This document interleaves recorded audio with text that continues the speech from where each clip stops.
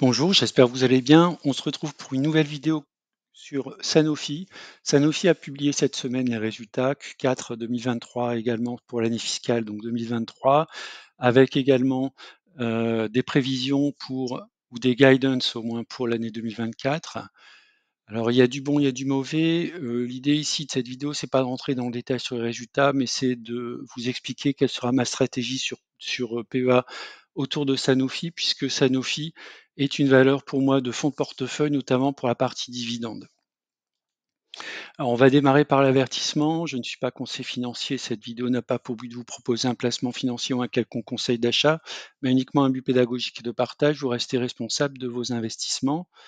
Alors effectivement, donc Sanofi a publié ses résultats pour l'année 2023, également le quatrième trimestre.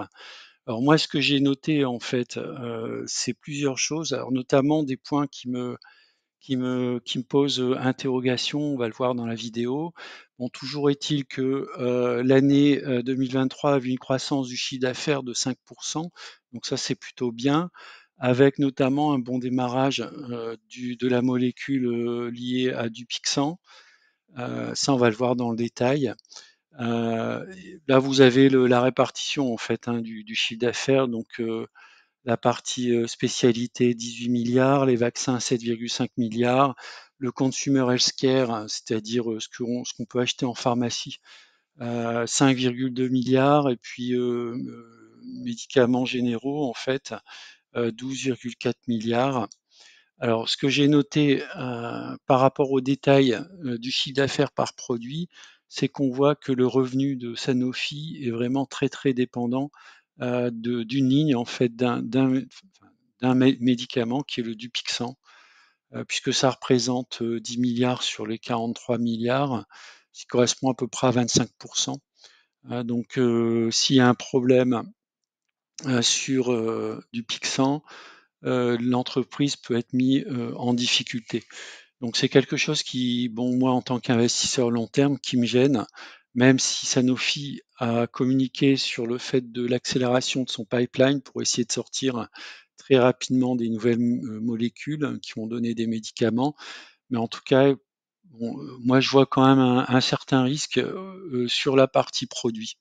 Si vous regardez par exemple les vaccins, arrive en deuxième position avec 2,6 milliards. On est quand même très très loin en termes d'équilibre par rapport à le poids en fait que peut être Dupixent.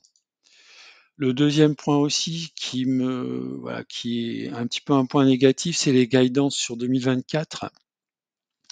Donc ils ont prévu une décroissance de l'earning per share.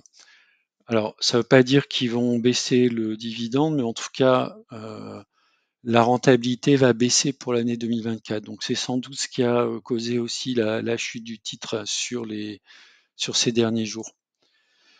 Bon, je ne vais pas rentrer dans le détail en fait sur les ventes. Globalement, néanmoins, c'est une société qui est bien gérée, hein, puisque elle est capable de générer en bénéfice par action un peu plus de 8 milliards.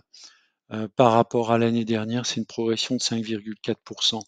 Donc le chiffre d'affaires progresse, le bénéfice par action progresse, donc ça c'est plutôt une bonne chose.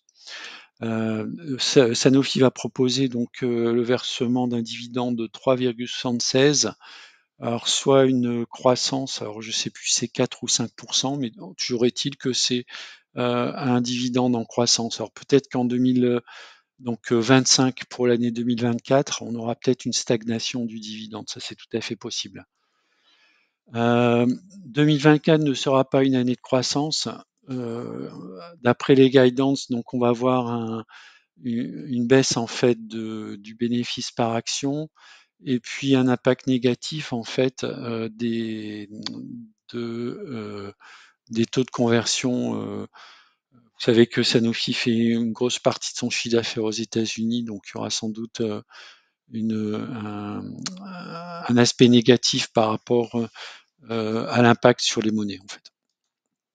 Alors si on regarde le graphique long terme, il y a plusieurs choses à regarder en fait sur la droite de régression. La première chose, bah, c'est la croissance du modèle qui est à plus de 5%. Alors j'ai comparé par rapport à mes sociétés de fonds de portefeuille pour le dividende.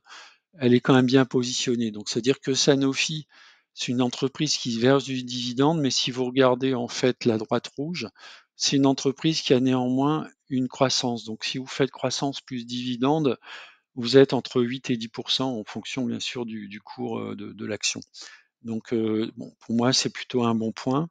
Alors, ce qu'on peut noter néanmoins, c'est que lorsqu'on regarde depuis à peu près l'année 2008, la société, en tout cas le cours, est assez régulièrement entre -1 sigma, -1 écart type, et la valeur en fait théorique. Donc si on regarde aujourd'hui, la valeur théorique elle se situe à 118 € et -1 sigma à 81 €. Hein, donc ça veut dire que globalement, l'entreprise évolue en fait dans ce range depuis quand même un certain moment. Donc idéalement, en fait, ce serait de l'avoir plutôt sur le bas du range, donc autour des 81 €, voire moins, hein, puisque idéalement, ce serait de le prendre lorsqu'elle va passer en dessous en fait de ce -1 sigma. On a un coefficient de corrélation de 0,85 qui est quand même qui est pas mal, hein. Ça veut dire qu'il y a une bonne corrélation, on va dire, entre la progression théorique du cours et la valeur réelle, la fluctuation réelle du cours. On est actuellement à -0,75 écart type, mais la valeur théorique est à 118 € et là, c'est le deuxième point sur lequel je voudrais revenir, c'est que Sanofi a une sorte de plafond de verre qu'elle n'arrive pas à dépasser depuis très très longtemps, hein, à peu près les années 2001-2002. C'est ce que je vous ai représenté avec la droite en vert.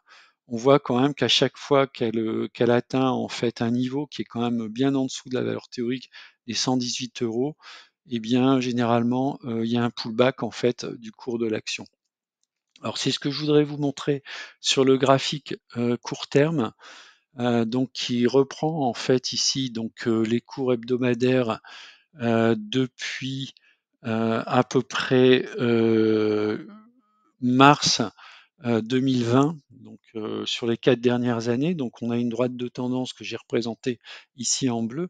On voit qu'on a tapé plusieurs fois la droite de tendance, hein. Donc on l'a tapé une première fois ici à peu près au mois de mars 2020.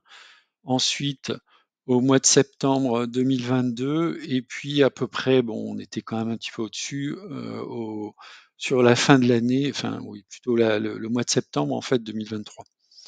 Alors, le cours oscille donc entre un support, si on va être vraiment large, on va dire un support qui est autour des 77 € et puis une résistance tout là-haut en fait, autour des 104 € avec peut-être un max qui va aller légèrement au-delà des 106 €.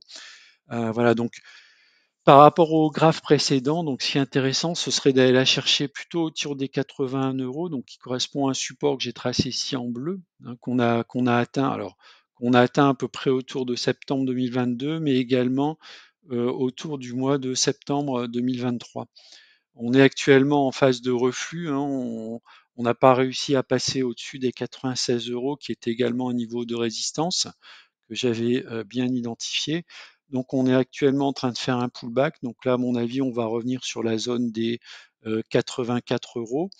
Et puis là, ben, on verra soit on repart vers la hausse autour des 95 €, soit on casse en fait ce support. Et pour moi, à titre personnel, il y aura des points d'intérêt autour des 80 €, puis ensuite autour des 77 €.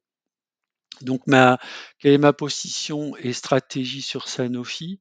Alors Sanofi, en fait, j'en ai 33 à un prix de revient de 82 €, donc je suis plutôt bien en fait sur mon prix de revient. J'achèterai pas au-delà des 82 €. Ça correspond à 3,25 de mon portefeuille, donc je peux monter très largement, je peux doubler ma position dans le temps. Donc je vais vraiment surveiller Sanofi, notamment si elle revient autour des 81, voire en dessous des 80, autour des 77. Donc malgré, on va dire, des guidelines 2024 qui sont pas extraordinaires, je vais conserver dans mon portefeuille en gardant en tête qu'on a une croissance du modèle de 5. Donc logiquement, en fait, c'est quand même une action qui connaît une croissance, indépendamment du versement du dividende, donc ça c'est bien. On a un dividende prévu de 3,76, ça fait 4,5 de rendement sur mon PRU, 4,3 sur le cours actuel. Donc j'ai prévu de renforcer sous mon PRU, donc autour de 81 et de 77. Voilà, s'il fallait arrondir en fait sur les autres. Voilà, c'est la fin de la vidéo. Je vous remercie d'avoir regardé. Je vous dis à bientôt.